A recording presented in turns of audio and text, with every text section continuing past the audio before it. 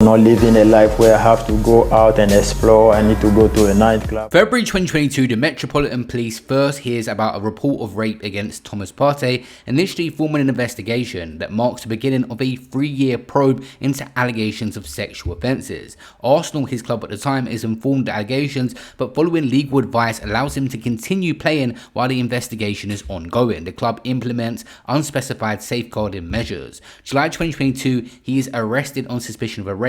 At this stage, his identity is not publicly disclosed. The UK legal system discouraged naming suspects before charges are filed to protect their right to a fair trial. Despite the arrest, Arsenal does not suspend him, citing there's no charges that have been laid, so he remains on police bail, and the club's decision aligns with their stance that he can fulfill professional commitments, including permitted travel.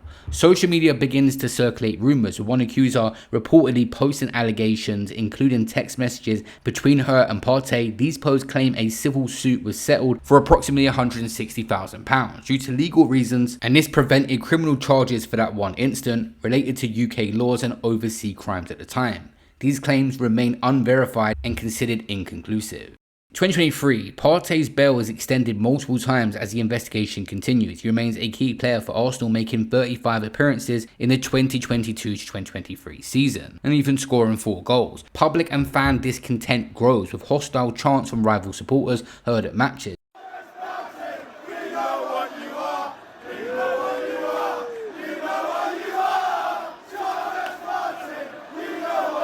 Broadcasters reportedly muffled these chants to avoid identifying Partey due to legal restrictions. In January 2023, a report notes that Partey's bail was extended for the 3rd time, highlighting the ongoing nature of the investigation and Arsenal's decision to continue playing him. January 2024, reports emerged that Partey and his girlfriend welcomed their first child. Sources claim that one of the accusers attempted to blackmail Partey through these allegations, again which were unverified and tied to social media speculation. It's getting to the point now where I can't post a video without someone asking me to talk about Thomas Partey. First of all, if you're asking for my opinions on an alleged rapist, check your head. I was very vocal during the Mason Greenwood situation. I'm a massive believer in women's rights, so to try and ignore this, I don't know, just didn't feel right to me just because I'm an Arsenal fan. You have to tiptoe around this extremely carefully. Obviously everything's alleged, but this situation is not good. There are people on this app and on Twitter that I just don't think are old enough to understand the sort of volume of the situation. This has potentially altered a woman's life forever, and they're more worried about who's playing DM next season.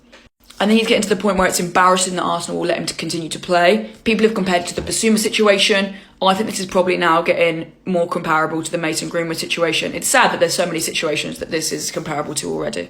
But Thomas Partey actually missed out on a 2023 African Cup after being taken out of Ghana's squad, reportedly due to confidential talks with the national team. Things picked up more in this situation December 27, 2024. The Metropolitan Police submit an initial file of evidence to the Crown Prosecution Service for review, 18 months after his initial arrest. This marks a significant step forward in potential charges. Going into 2025, a full file of evidence is handed to the CPS as potential charges loom. During an FA Cup final match against Manchester United, Partey faces loud boos and chants from fans, reflecting growing public awareness of the allegations despite his identity not being officially confirmed. April 2025, the CPS receives an updated evidence file from the police. After review, the CPS determines if there is a realistic possibility of conviction, meeting the threshold to press charges. Arsenal reportedly engaged in talks to extend his contract, which is set to expire in June 2025, but they did not come to agreement. Allegedly, he was asking for too much money.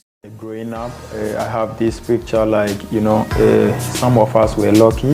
There are a lot of things you have to look where you now with a family where you want your family to be happy. I'm not living a life where I have to go out and explore. I need to go to a nightclub. I need to meet a friend to eat outside. When Akia was here, when Muntari, all these people, they were enjoying.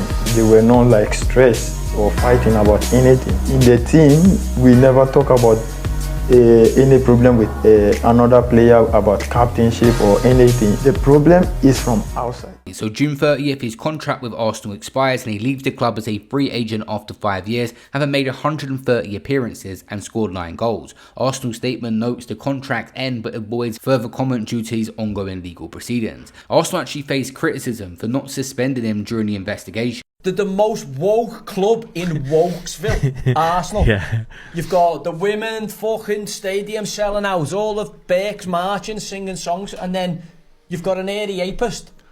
Yeah, one of your better Airy players. apist, Are you offering seven times bailed by the police, and you're carrying on your banner of woke. Like, it's like, that just shows yeah. It's like the fella who founded Pride got nicked for Yeah. fucking raping kids. This is what it's about. This is what it's about. It virtual signaling? That's all how about. can you virtue signal at that level? How can you be the wokest club in Wokesville and at the same time have a player who's got 5 rape charges, bailed by the police? Like, maybe one you go, fucking hell, we don't know what's happened here. 2, even 2, you're thinking it's a bit dodgy. Hang on. 7 bails, Jordan. 5 charges or 7 bails. You've got different to say, women. listen, we need to take this cunt out the firing line. Well, it was right. We need to take this cunt out of the firing line because clearly Something's no happening. doesn't mean no to him. With groups like Arsenal supporters against sexual violence and Level Up arguing that the club's decision to continue playing him sent the wrong message, critics including legal experts called for football clubs to adopt clear sexual misconduct policies such as suspending players under investigation. July 4th, 2025 is when the world hears about it. The CPS authorised charges against Partey for 5 counts of rape and 1 count of sexual assault involving 3 women, with these alleged incidents to have occurred between 2021 and 2022. The charges include 2 counts of rape, including anal rape, against the first complaint, 3 counts of rape, including 1 count of anal rape against the second complainant, and 1 count of sexual assault against a third complainant involving attempted kissing and touching over clothing, which reportedly stopped after the complainant resisted. Now, his lawyer actually issued a statement. Thomas Partey denies all the charges against him, and he's fully cooperated with the police and the CPS throughout their 3-year investigation. He now welcomes the opportunity to finally clear his name. The timing of the charges 4 days after his Arsenal contract ends sparks debate about Arsenal's handling of the case, with some fans arguing that the club only distanced themselves once the charges were formalised. Start of August, reports come out that he's close to signing a 2-year deal with Villarreal in Spain despite the pending trial. This move prompts backlash from Villarreal fans who launched a petition to block the site and citing the seriousness of the charges. On August 5th, he appears in Westminster Magistrates Court in the UK, confirming his name and address. The prosecution detailed the charges, but he is given a conditional bail with strict conditions: no contact with the complaints and a mandatory notification to the police of any address changes or international travel, and the case is transferred to the Old Bailey for trial, which we're pending now. It was August 7th that Villarreal officially confirmed his signing, releasing a statement addressing the controversy. Now, on September 2nd, 2025, he is scheduled to appear at the Old Bailey to start his trial, where he will face 6 charges. If convicted, he could face a lengthy sentence back in the UK and be terminated by his current club. I've actually seen cases in the past like Benjamin Mendy having numerous charges against him and ending up being found not guilty. So let's just see what happens in this court case in the UK, and I'll keep you guys posted as always.